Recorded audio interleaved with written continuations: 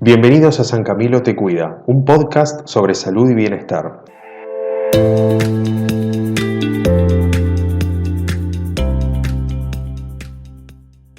Hola a todos nuestros oyentes en una nueva edición de los podcasts de Clínica San Camilo. Vamos a conversar hoy con la doctora Ena Adriana Vives, que es doctora en medicina y especialista en medicina interna, que en la jerga común y corriente coloquial no es otra cosa que la clínica médica. La doctora Vives es además docente adjunta de la Facultad de Medicina de la Universidad de Buenos Aires. Con la doctora vamos a hablar hoy sobre la importancia de la hidratación. Y contra lo que creemos, la hidratación no es solo importante en verano, cuando hace calor, sino todo el año. Doctora, ¿por qué la buena hidratación es imprescindible siempre? Hola a todos, gracias por invitarme. El tema que vamos a tratar es un tema que no está limitado a una estación, verano, primavera, sino que es de todos los días, que es la hidratación. La importancia de la ingesta de líquido, de agua, en el cuerpo humano.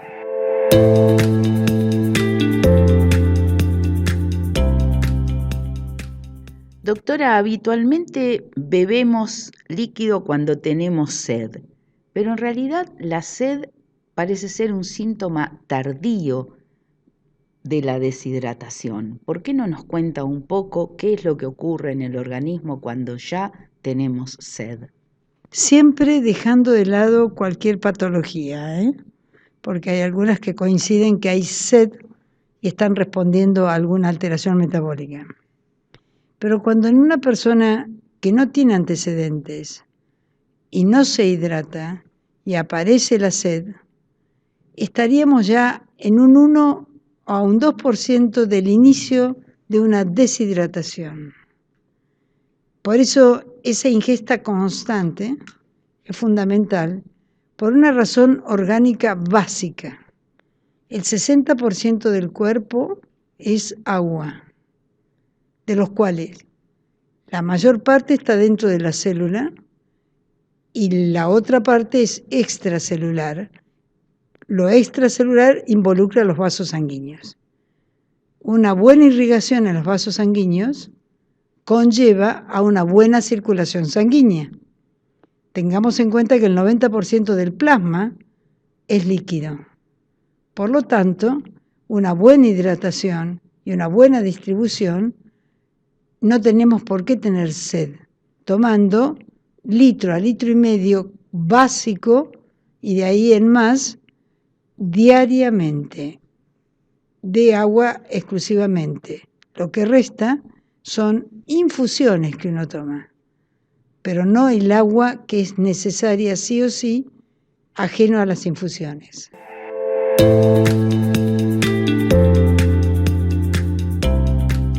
Bueno, doctora, entonces quiere decir que las gaseosas, el mate, el café, la cerveza y el alcohol en general ¿nos sirven para hidratarnos?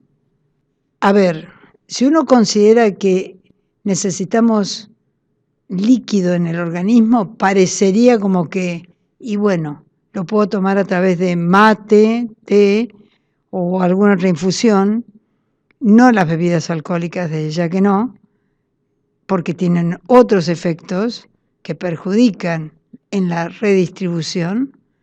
Por eso aconsejamos dividir 1,5 litros básico de agua que no tiene antecedentes de ninguna índole en el organismo, porque, por ejemplo, para ser más explícita, una insuficiencia cardíaca, yo tengo que regular la cantidad de líquido. Entonces, pongamos a la persona sin ninguna patología, 1,5 litros a 1,5 litros base e infusiones, té, mate, café, como apoyo, pero el agua es lo esencial para la redistribución que mencioné hace un momento.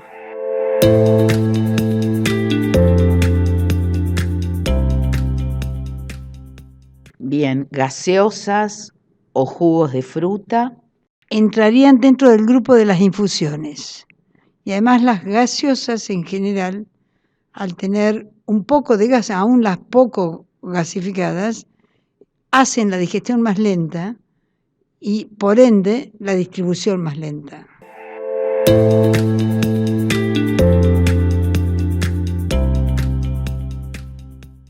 Bien, otra idea que solemos tener es que el agua fría o las bebidas frías, pero puntualmente acá estamos hablando de las bondades del agua, nos calma más la sed.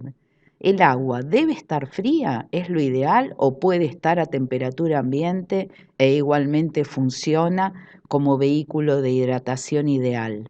La temperatura del agua natural es la ideal. Si después, por razones climáticas, necesitamos que esté más fresca, solo para hacer más llevadero la ingesta de líquido, no hay ningún inconveniente. Pero no es necesario que cambie la temperatura, excepto que no se debe tomar, obviamente, agua caliente, sino que sea natural. Sí se puede refrescar, obviamente, para más confort.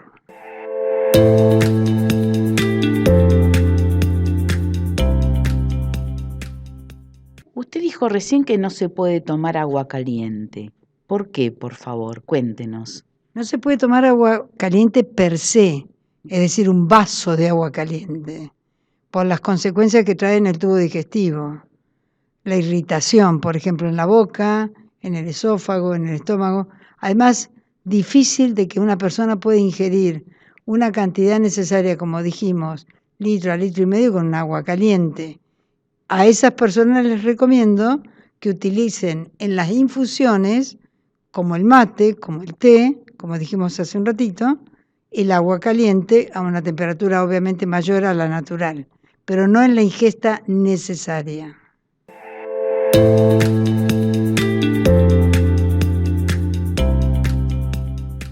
Doctora, hoy en día está muy difundida la práctica de actividades físicas, de deportes.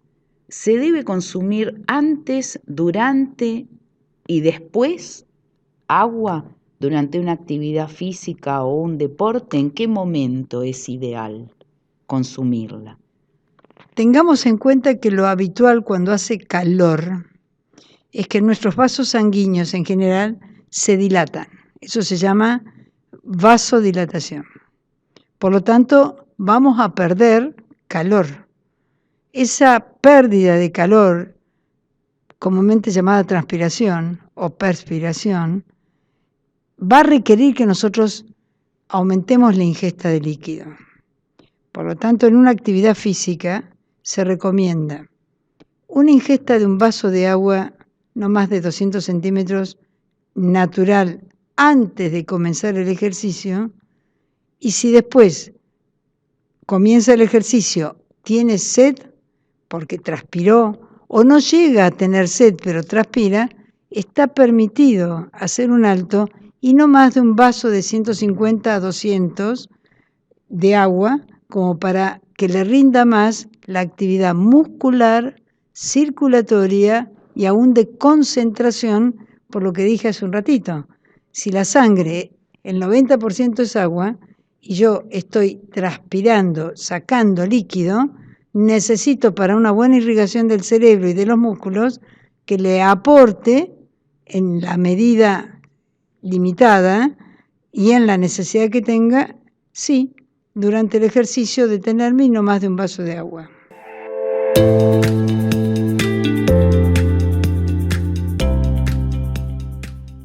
Y una vez que se terminó el ejercicio, ahí volvemos a tomar agua. Como el organismo durante el ejercicio tuvo la rutina de hacer estos parates, por así decirlo, de ingesta, posiblemente tengamos un resto de sed, pero no va a ser la sed muy intensiva como para ir y querer ingerir todo el líquido posible, porque transpiramos, porque no tomamos agua durante el ejercicio.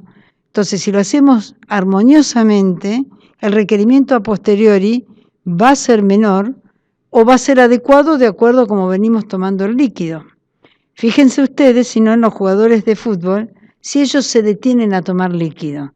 Fíjense que mantienen un ritmo, ¿sí? Pero ¿qué pasa? En algún momento que hacen un cambio o lo que sea necesario, ahí van a ingerir líquido, mientras están en actividad. Entonces, no es necesario irlo frenando durante el ejercicio, pero sí al final, pero sin hacer ingestas excesivas.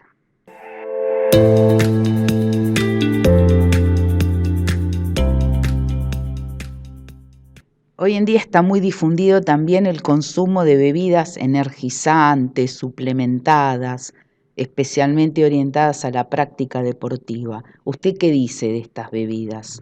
He tenido en la atención de pacientes en consultorio que han ingerido bebidas con energizantes, como bien decís vos, o con algún estimulante, y aún con algunos elementos que hacen que el organismo los recepcione, y el que más perjudica en esto es al riñón.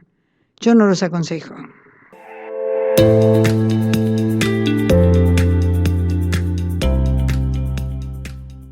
Bien, ¿quiénes son los grupos de edad que están en mayor riesgo de deshidratación por falta de consumo de líquidos?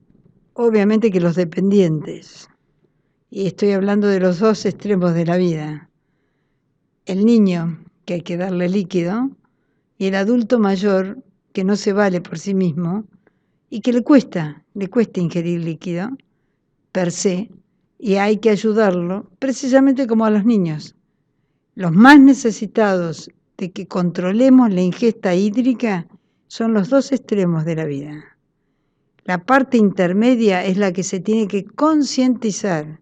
Por eso les pido a mis colegas, a los clínicos especialmente, que abarcamos o recepcionamos, mejor dicho, los pacientes de las demás especialidades, que se insista con la ingesta de líquido en cualquier momento del año en aquellos autodependientes, pero no en los dependientes. En ellos, que no están con suero, ni mucho menos. En ellos es responsabilidad de nosotros, de los adultos que estamos con ellos, no necesariamente médicos ni enfermeras, sino la familia, que ellos ingieran líquidos.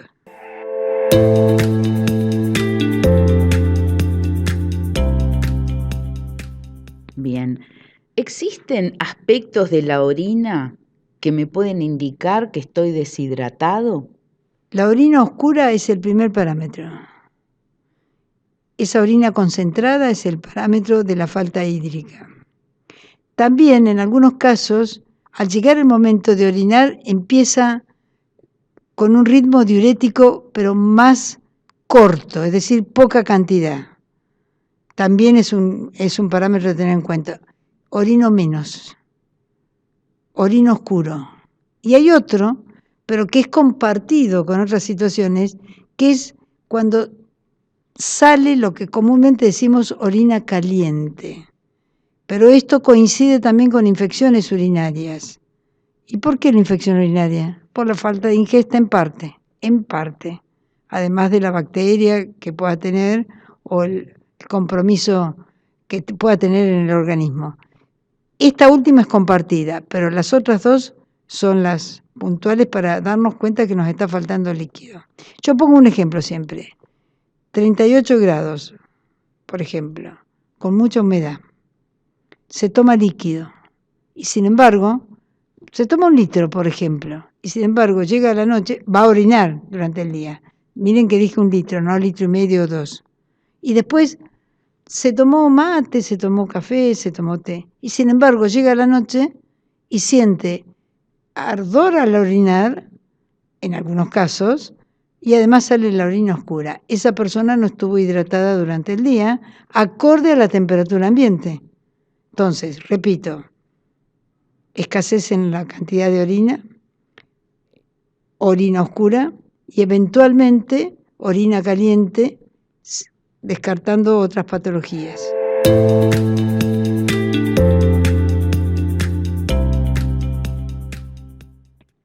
Bien, quiere decir entonces que durante el verano, que hay altas temperaturas y condiciones específicas o distintas de humedad, es razonable aumentar la ingesta de agua. Es algo esperable que deberíamos hacer. Sí, tal cual. En todas las personas que puedan ingerir más allá de 1,5 litros, que no tengan ningún riesgo de ninguna otra enfermedad, perdón, que no se le permita, aconsejamos 2 litros, 2,5 litros, fácil. A partir de ahí las infusiones, pero 2 litros seguro. Es recomendable por las altas temperaturas, por lo que expliqué hace un rato. Transpiramos, vasodilatamos y necesitamos reponer el líquido.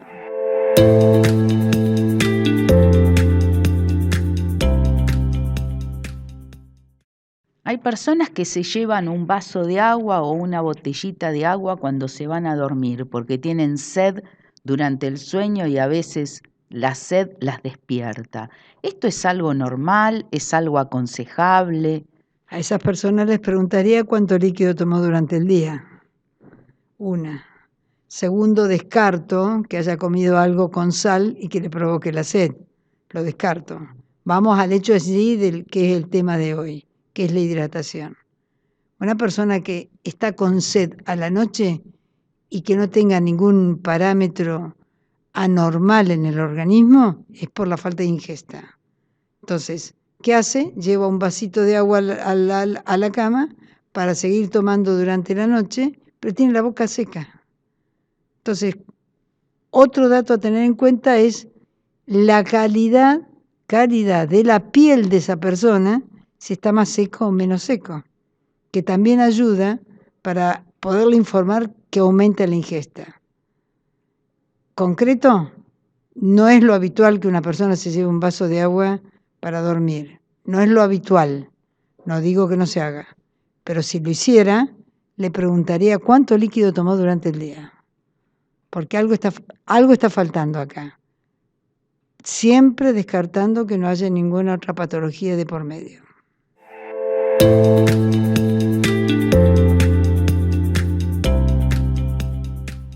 ¿Es una buena rutina empezar el día tomando un vaso de agua? Sí, es una buena rutina el vaso de agua, más o menos entre 150 a 200 centímetros de agua. Algunos acá, de acuerdo a lo que veníamos charlando, algunos la toman fresca, despacio, no es que es deglutir de una manera exagerada, no, despacio. Y eso produce saciedad.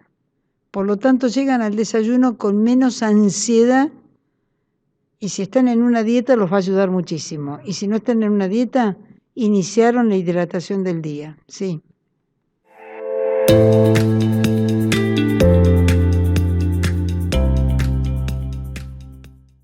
El concepto entonces es que tenemos que tomar agua aunque no tengamos sed y aunque no tengamos ganas. Me sonrío porque yo tengo, digamos, una frase con mis pacientes que ellos también lo festejan conmigo y se adelantan antes que yo les diga nada. Les digo tomar líquido, agua, litro y medio para arriba, no menos de 1 litro y más de 1,5 litros, en la medida en que puedan. Y les aclaro, especialmente en el invierno, sin sed y sin ganas. Entonces me miran y me dicen, realmente me cuesta ingerir. No se lo pregunte. Sería lo que yo le pondría acá internado en un suero. Entonces, tómelo usted y eso es más fácil. Por supuesto que se anotan en tomar el líquido antes de hablar de un suero. A ver, si recibimos pacientes en guardia y vemos y comprobamos la falta de ingesta. Entonces sí, lo que les recomiendo sin sed y sin ganas, tengan un ritmo concreto de ingesta. No les pido 1,5 litros todo junto, pero pueden dividirlo entre la mañana y la tarde y les aconsejo además que traten en lo posible que sea antes de las 16, como sumo 17 horas, porque todo lo que tengan que orinar no los despierte después a la noche.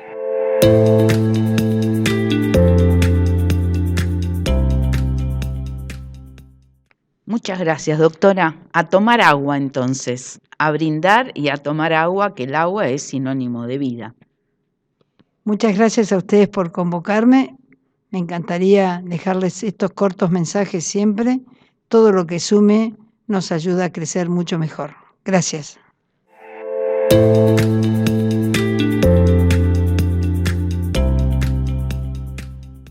Esperamos que hayas disfrutado de este espacio San Camilo te cuida.